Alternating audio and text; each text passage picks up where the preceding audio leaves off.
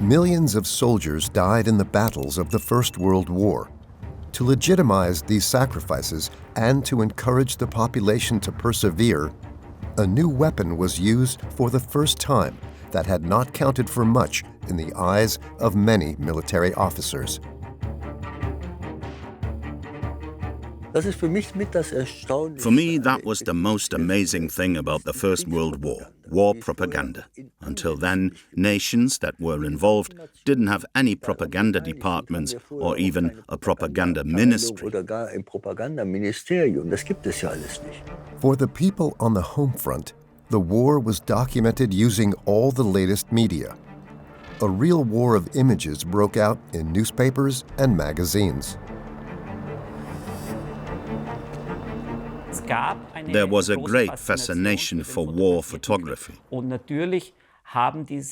of course, these newspapers and magazines received a lot of publicity.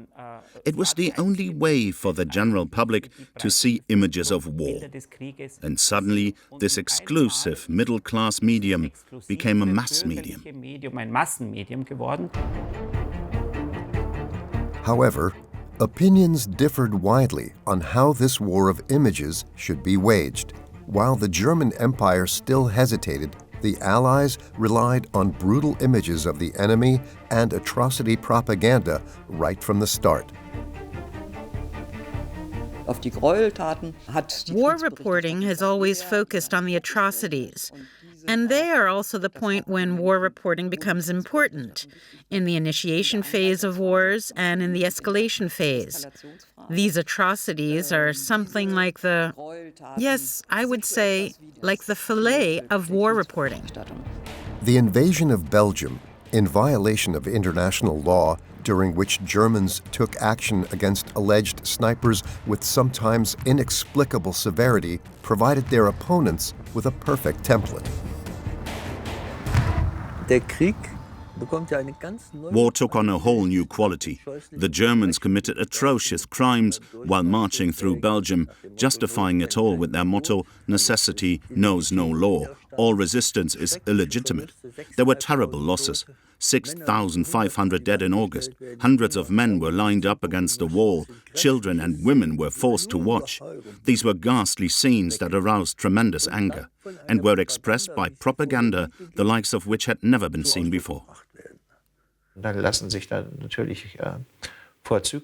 Excellent pictures, caricatures, propaganda, presentations were made in which this man with a very big moustache and a spiked helmet is attacking Belgian women, especially young women. And that was a propaganda defeat that the Germans never recovered from. In German propaganda, on the other hand, cruelty was rarely found. Such depictions had long been frowned upon in the German Empire. People felt culturally superior. It was only towards the end of the war that politicians and the military attempted countermeasures. From the very beginning and throughout the war, the German Reich was actually in an inferior position in terms of propaganda impact, particularly in the neutral countries.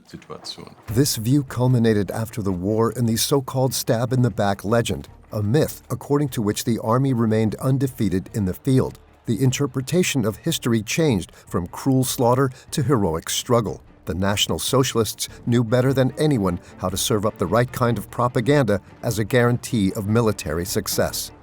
That means that the retrospective view of the war coverage was, ours was not good enough, the others was too good. So there was the idea that the war could actually have been won militarily and was only lost through treachery and propaganda. In Europe, the atmosphere was tense long before war broke out. The saber-rattling was unmistakable. Kaiser Wilhelm II wanted his own empire and provoked Great Britain by expanding his fleet. In addition, the German monarch felt surrounded by enemies. An armed conflict seemed inevitable. War propaganda begins long before the first shot is fired. One has to tune the population to be in the mood for war. There has to be a discussion about how the war is justified, that the opponent is presented as strong, as threatening. The enemy is a danger against which one must defend oneself. War is not yet the nightmare scenario it will be after 1918. At the beginning of the century, wars were considered legitimate. Public opinion was on the side of the emperor. We defend it by being imperialist, but the people already believed that the others were arming and joining together in a hostile alliance to invade Germany at some point. After the shooting in Sarajevo, the German Empire felt obliged to go to war. The Kaiser's speech, which was only documented photographically, was repeated for propaganda purposes and immortalized on a wax cylinder. Es muss denn das Schwert nun entscheiden. Mitten im Frieden überfällt uns der Feind. Darum auf zu den Waffen. Wir werden diesen Kampf bestehen, auch gegen eine Welt von Feinden. There was no attack, but the emperor's words met the expectations of the masses. When wars begin, each side tries to present itself as the one being attacked. We act in self-defense, and the other is the aggressor. It's clear that when two parties fight with each other, they cannot both act in self-defense. Otherwise, we would not have a war. And here, of course, lies are used to help with the justification. Great Britain was the first party to the war to set up an independent propaganda office, a secret staff unit that was supposed to convey seemingly objective information. There were hardly any official government reports. British propaganda had been in the hands of influential newspapermen from the very beginning. The end of the 19th century saw the rise of the English mass media, the so-called tabloids, which are called tabloids because they were sold on the street.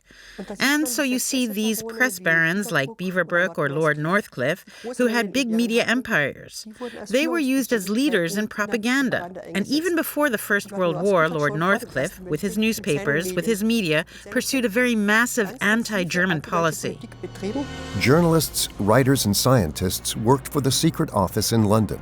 In early 1915, one of the most influential pieces of anti-German propaganda appeared in Great Britain.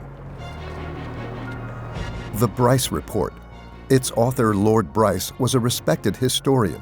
Commissioned by the Propaganda Bureau, he presented a damning report on alleged German atrocities in Belgium, for which German propaganda had little or no response. There is also a German atrocity narrative about the Belgians, but it didn't get through. And those in Germany who did have an eye on the international press, of course, saw relatively quickly what a disaster was brewing.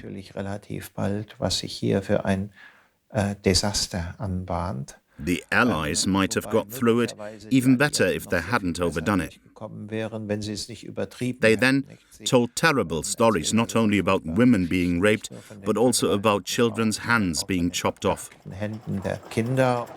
The Bryce Report is based largely on unverifiable stories and alleged witness interviews, but it had a major impact, especially in neutral countries such as the United States. Rumor mills always thrived in wartime. There were incredible news stories, and very few of it was in the newspapers. And this rumor mill exploded and led to the wildest stories that were even wilder than the reality, wilder than what the Germans had done, and led to the fact that for the first time, war reporting became aware of the dynamics involved in atrocity reports.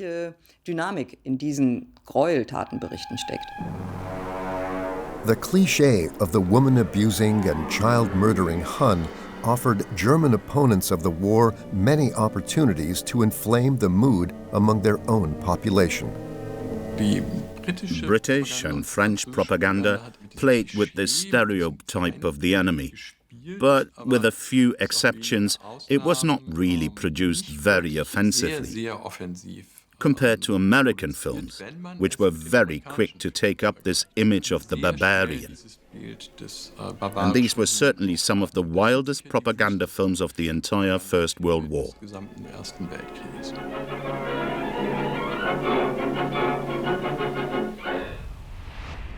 The Hun cliché was brought into play by Kaiser Wilhelm II himself several years earlier, when Allied propaganda was looking for stereotypes to mobilize its own population for the war. A controversial speech by the monarch from 1900 provided the appropriate image.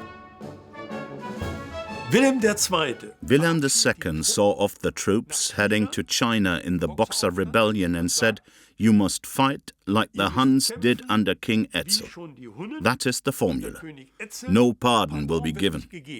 The Secretary of State for Outer Bülow, who stood next to him, was horrified when he heard that, because of course that can't be said in public, because it's against international law, and the monarch isn't allowed to say such a thing. While the speech was still in progress, the journalists present were obliged to print a toned-down version in which the word Hun no longer appeared, but it was to no avail. The editors scoffed and laughed because they had already heard it over the telegraph. The emperor had raged against the Chinese. That was terrible and had insane consequences. There was a heated debate in the Reichstag. The emperor often failed to adhere to the agreed-on speech. However, no one could have imagined at the time that the Hun would become such a prolific and long-lived propaganda figure. With the introduction of new communications technologies, war reporting also gained in importance. Publishers quickly realized that reports from the front increased circulation. The military lost its monopoly on information because now the major daily newspapers were sending out civilian war correspondents. In cases where one's own country was at war, the reports from the fronts are existential because people need to know something, no matter how good or bad it is. But you have to, and you really want to know something about how your family and friends are doing at the front, and how the war is going, and whether it will be over soon. Mostly, people at home want it to be over as soon as possible, and in that respect, war reporting is extremely important. The need for information increased the longer the war lasted. In addition to the reporters' stories, newspapers could now also print pictures, but by today's standards, the new media was anything but up to date. At the beginning, we didn't pay much attention to topicality, but the images had to fit the theme. Existing pictures were used. So throughout August 1914, material from the pre-war period was still being used because there was no current material or very little current material available. From the outset, the relationship between the media and the military was a difficult one. Civilians were not provided for in the military system. Reporters leaking secrets to the enemy had long been a top concern for commanders. The military would have liked the media people to stay away altogether. This also happened in England. War correspondents were kept away from the fronts for several months, almost an entire year, completely. Because the British military commander-in-chief said, "They're only making mischief, and they're a bother, and we don't need them." The German military, on the other hand, had plans to include reporters from the outset.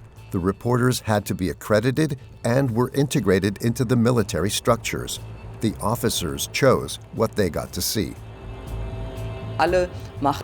Everyone formed pools, as one would say today, and the journalists were then occasionally taken near the front. But realistically, no one really got to the front. Just like today, the journalists themselves became the object of propaganda. That's how you have to see it. These pools and this way of dealing with the war correspondents served to ensure that they themselves only saw a very carefully curated reality. Military requirements were not the only reason why images of war often showed so little of the real horror. Another issue was the bulky technology that kept photographers and cameramen in particular away from the front. Photographers didn't work with very small digital equipment like today, nor with rolls of film, but with glass plates. They had heavy equipment made of wood. They usually worked with a tripod. That is, they had to carry 15 to 20 kilos of weight. That meant it was heavy work. From the very beginning, there was a huge discrepancy between the reality of war and how it was portrayed, especially in the German Empire. What people got to see of the war was manipulated reality. A very important reason was censorship. They wanted to show pictures that depicted a chivalrous battle on one side to put them in the picture, although that was not the case at all. It was a brutal, machine-like war. It was a war of position that claimed tens of thousands, hundreds of thousands of victims. But in pictures, the war appeared as a war waged by individuals against individuals. If censorship ensured that the reports from the fronts were, I'll say it carefully, embellished, and that there were hardly any setbacks or were omitted completely, and that you also did not really know how bad the situation was for the soldiers, that they were kept in the dark about all this, then of course society's image of the war was often the wrong image. The millions of postcards sent during the war also produced a desired reality rather than the cruel reality. Even before the outbreak of the First World War, they played a crucial role as a propaganda medium. For the frontline soldiers, they were the most important connection to home. The vast majority were peasant boys, proletarians, simple people who had been torn out of civilian life and wanted to return to it as soon as possible. That's why something was done that had never existed before. The huge communication effort, hundreds of millions of letters, billions of letters that were sent back and forth. An incredibly sophisticated mail delivery system. Contacts with the home was extremely important, and the rulers, the organizers of the war, knew that. And that's why it was organized that way. One of the many millions of letter writers was Hans Cordes from Hamburg. The young gunner was also an enthusiastic photographer. He regularly sent home photos of himself and his comrades. I just took a flash shot in the trench. My comrade, Martens, had given me powder. Afterwards, we developed it. He did all the photo work here. He always developed in the evening with a red flashlight. For the first time, it was not just the professionals who produced pictures of the war. Tens of thousands of amateurs joined in on the photo front. The first small cameras made it possible, but the real war remained elusive even in their photographs. If we take a look at the years 1914 to 1918, you can see that the majority of the pictures were actually relatively unspectacular. They are group pictures, pictures where the logistics are told in the background. In other words, photography had only been able to depict, in exceptional cases, the experiences of soldiers in the trenches. Cinema, on the other hand, promised to bring the events of war closer. Moving images from the front drew the masses to the fledgling movie theaters. Just a few weeks after the outbreak of war, the first major German newsreel appeared. The Mester Week.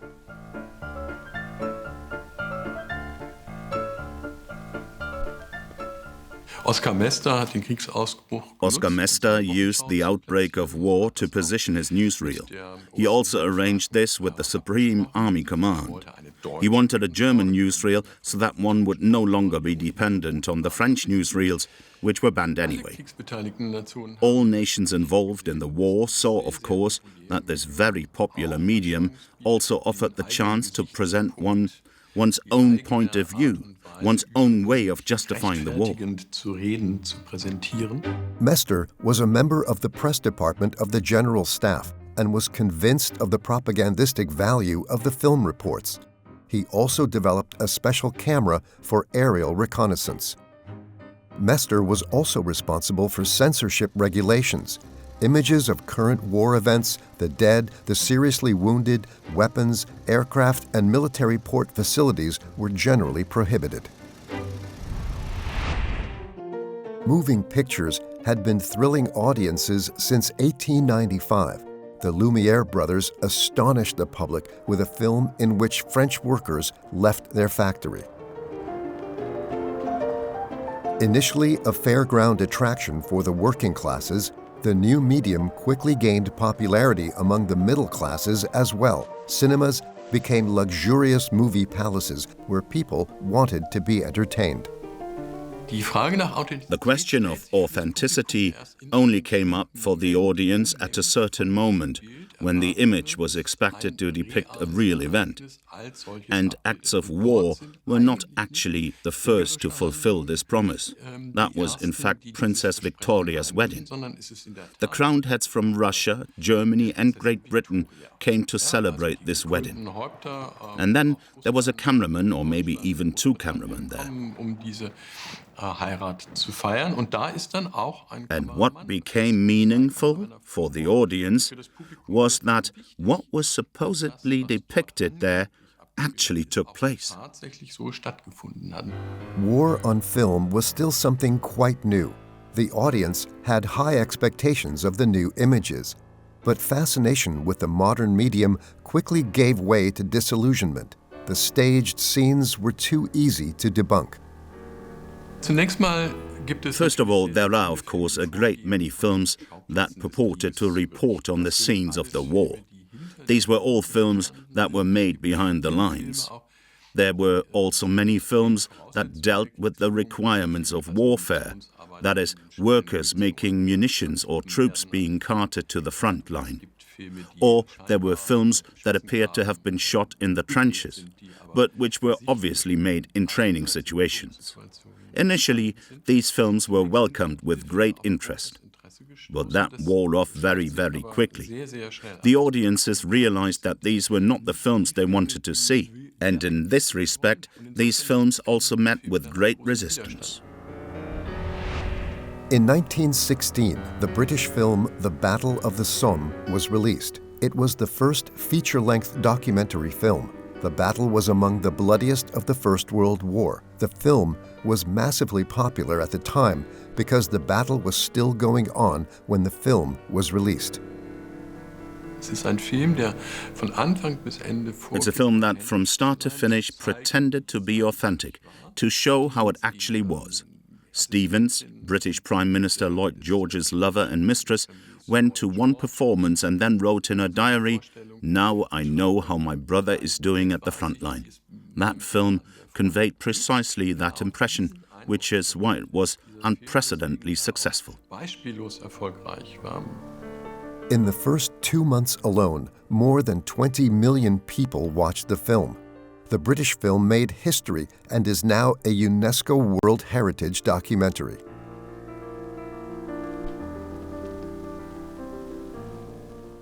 Of course, there was footage that was shot before the battle. That famous scene at the end where the soldiers wave and parade past the camera wasn't shot after the first days of the battle, but before the battle. Just as other scenes were shot on training grounds. And in particular, the very famous over-the-top sequence, which, as you can see in many details, was certainly not shot during the battle, but in advance on the training grounds in Great Britain. The few staged scenes do not detract from the film's success.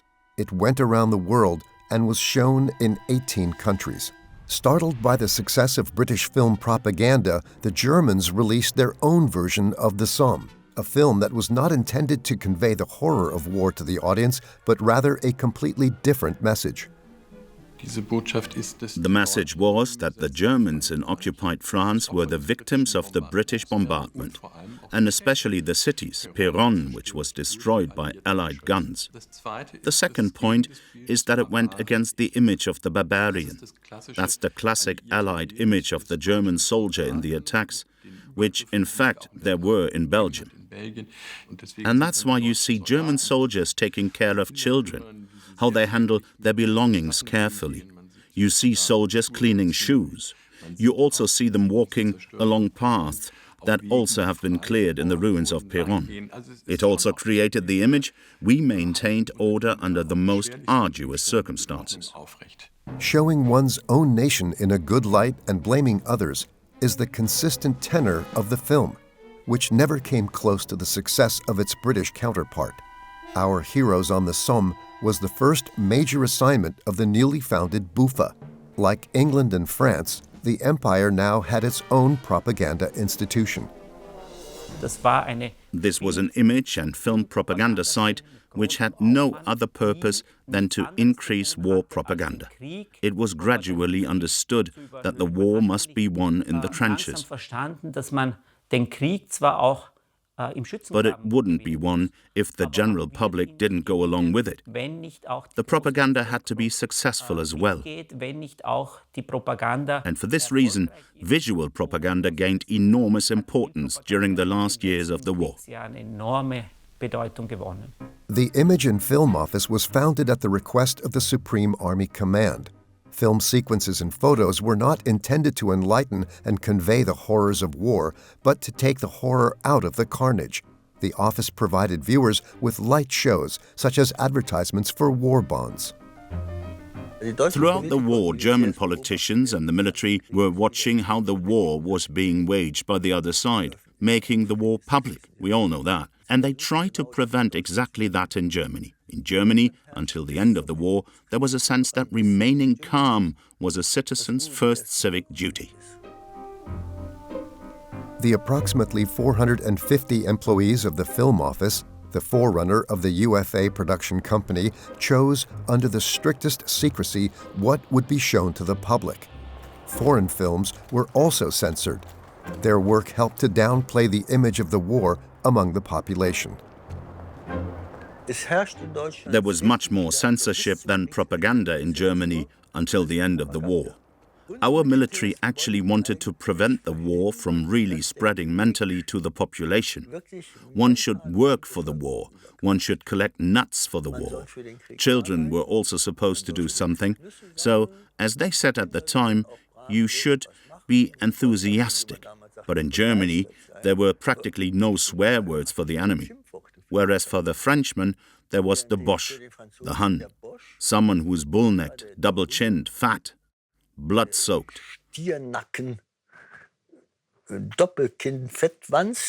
We only ever used the term Frenchman or a Brit or Russ. It wasn't really bloody.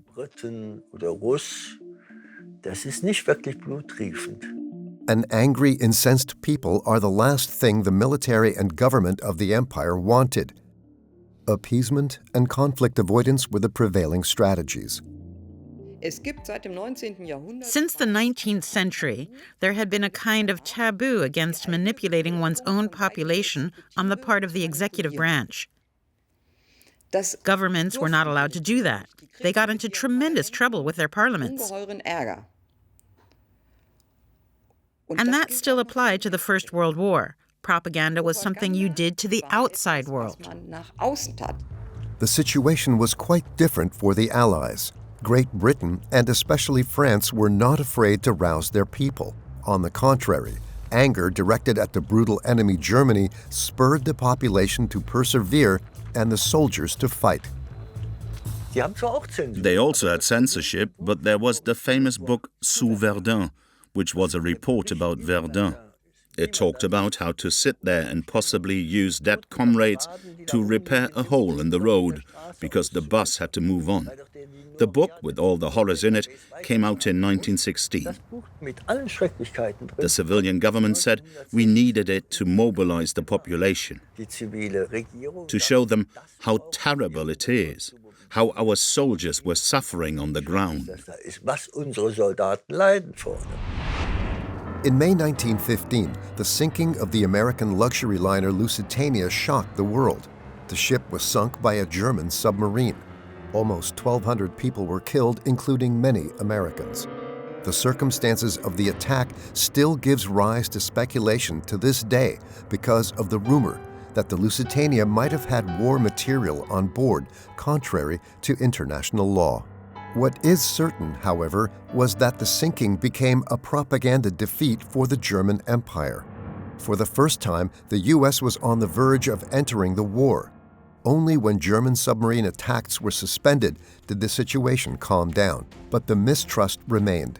2 years later, the U.S. government was still advertising war bonds by using the memory of the Lusitania victims. The U.S. was no longer neutral. With the words, "Law is more precious than peace," U.S. President Wilson, after much hesitation, sent American troops to Europe in the spring of 1917. The turning point of the war had begun. As distanced as Wilson had been from the European war until 1917, he now resolutely provided psychological support for the troops. In order to inspire his people, who were actually war-weary, the president set up his own propaganda office based on the British model. That was the birth of propaganda under Wilson. How do I get an American population that's not really ready for war to support the war quickly? It had to happen fast. The devices used were from the standard propaganda toolbox. The German was an inhuman Hun who kills children. The American population was naturally outraged by such monsters. The new propaganda unit concentrated entirely on disseminating anti-German images as a way of protecting the American public against all hostile, evil Germans. It was headed by the journalist John Creel. Creel successfully relied on a hitherto unique propaganda medium, the 4-Minute Men. These 4-Minute Men were, of course, men and women who tried, for example, to get the public in the mood during intermissions and movie showings with short, crisp messages. The messages were presented as slogans. They were also trained by university professors. How did a short speech like that work? An army of volunteers was sent across the country, including numerous celebrities. Creel was even able to recruit the comedian Charlie Chaplin, who was already popular at the time, for appearances as a 4-Minute Man. When speaking in public, and that was also part of these jobs, these 4-Minute Men had to always immediately gauge what the mood of the audience was like. We've always had this interaction between propagandist and audience. Propaganda is not a one-way street, but has to be linked to opinions, fears, and desires. The Hun cliché had long since arrived in the U.S. The emperor was presented to Americans as a bloodthirsty monster who had unscrupulously made a deal with the devil. Another important trick, Hollywood was fully involved at the time. That is, they produced the appropriate films. Who were actually the good guys? Who were the bad guys? That was still before propaganda was a science. They used the, at the time, normal tactics from the well-known propaganda toolbox. How do you create an enemy? You can do that relatively quickly. The fine-billed production was a box office hit and ran a long time. Films with nasty Germans still sold well after the end of the war. In the early 1920s, films were still being made in the US that drew heavily on this image of the barbaric Hun. They needed that. This was a first phase in which the wounds of war were still very strong, and there was actually a clear image of the enemy. The Germans, and much more than the Germans, the Austrians were the villains. They were to blame for everything. Long lines in front of soup kitchens. In Germany, the gap between reality and the depiction of war was increasingly growing. The grueling trench warfare devoured all resources. The consequences were borne by the population at home. Skepticism about the official portrayals of everyday life was growing. People believed they could control the images here just as they did that at the front line. But that was relatively difficult because the people knew how they lived, and they knew that there was no more bread to buy and that there were no more beets. To describe the daily life of a war in the hinterland as a paradise, that was not possible. The soldiers at the front also learned of the precarious supply situation at home. They were asked not to have any more food sent from home, as it was urgently needed there. Hans Cordes worried about his parents. In terms of food, we always get quite a lot delivered, at least always sausage and about 1 egg a week. You can always buy eggs for 30 pfennigs, so don't send me any more food.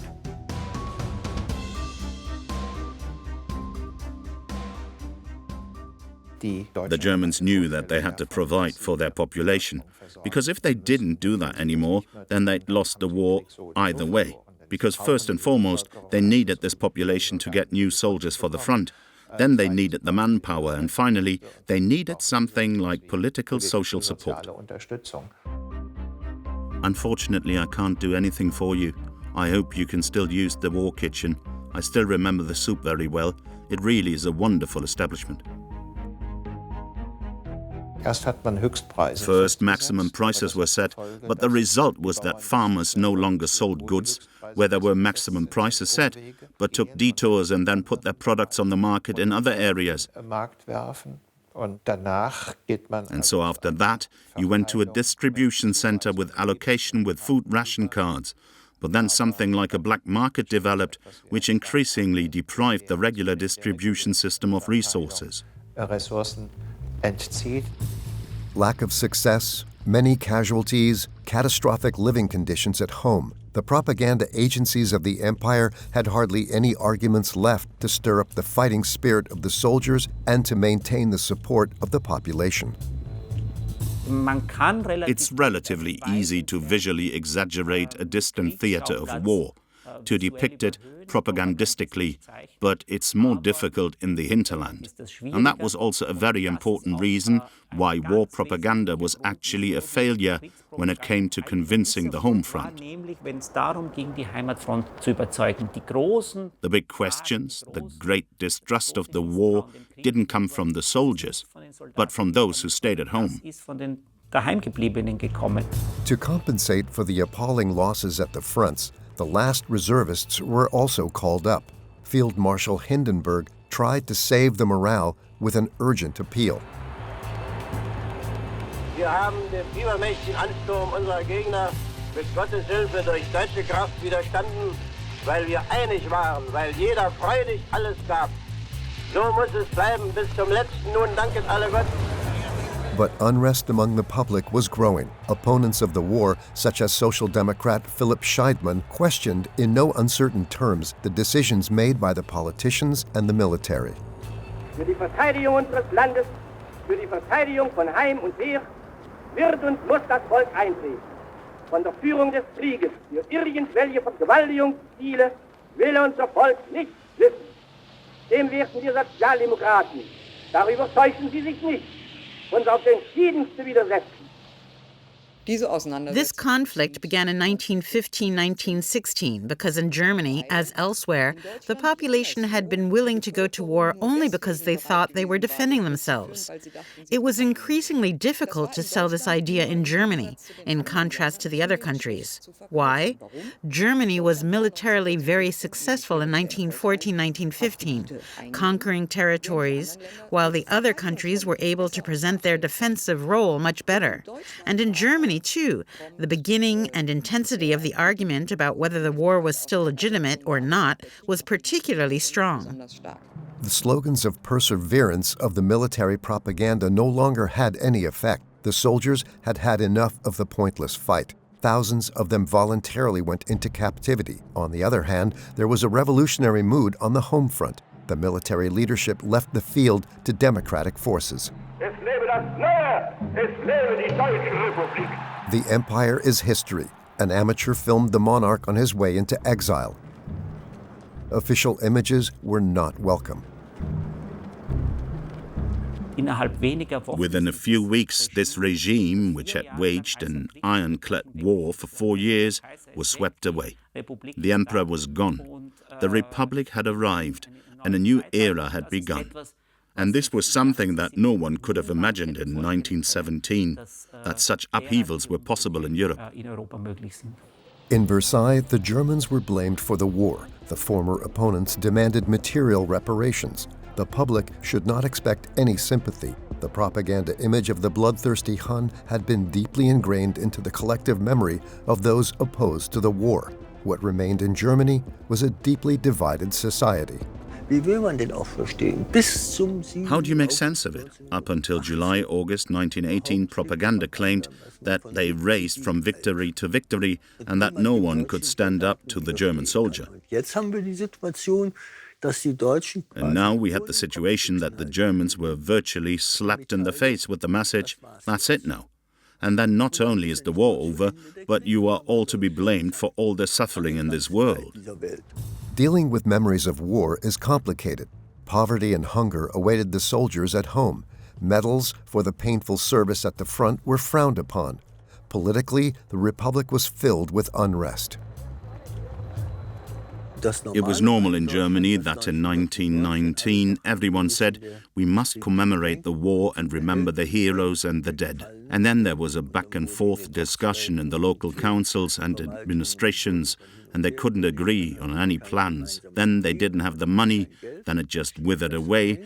And in 1928-29, when everyone started to remember the First World War again, there was another initiative. But it was completely from right wing. The myth of the stab in the back was making the rounds. Undefeated in the field, betrayed by the army, images of war now became evidence of heroic commitment to the fatherland. In den 20er Jahren kommt es zu einem In the 1920s, the immediate history of the war became nationalistic. The war, which took place only a few years ago, was reduced to a few iconic scenes. For example, this heroic fight in the trenches. This is the war machine war. This is the air war, and so on. Das ist der Luftkrieg und so weiter. War films were booming in the cinemas. The productions could hardly be distinguished from real footage, but the message was clear. The soldier is an admirable hero. Das ist zwar nicht von Fakten gedeckt. This wasn't backed up by facts, but as we know, images produce facts. Images that circulated in public constituted facts. And in the 1920s and 30s, the First World War, I would say, was actually reinvented. And it was invented in a way that we have in our heads today, but in a way that never happened. A few years later, the National Socialists learned their lessons from the alleged propaganda defeat of the German Empire. The old enemy images survived the period between the wars. The renewed hatred fell on fertile ground.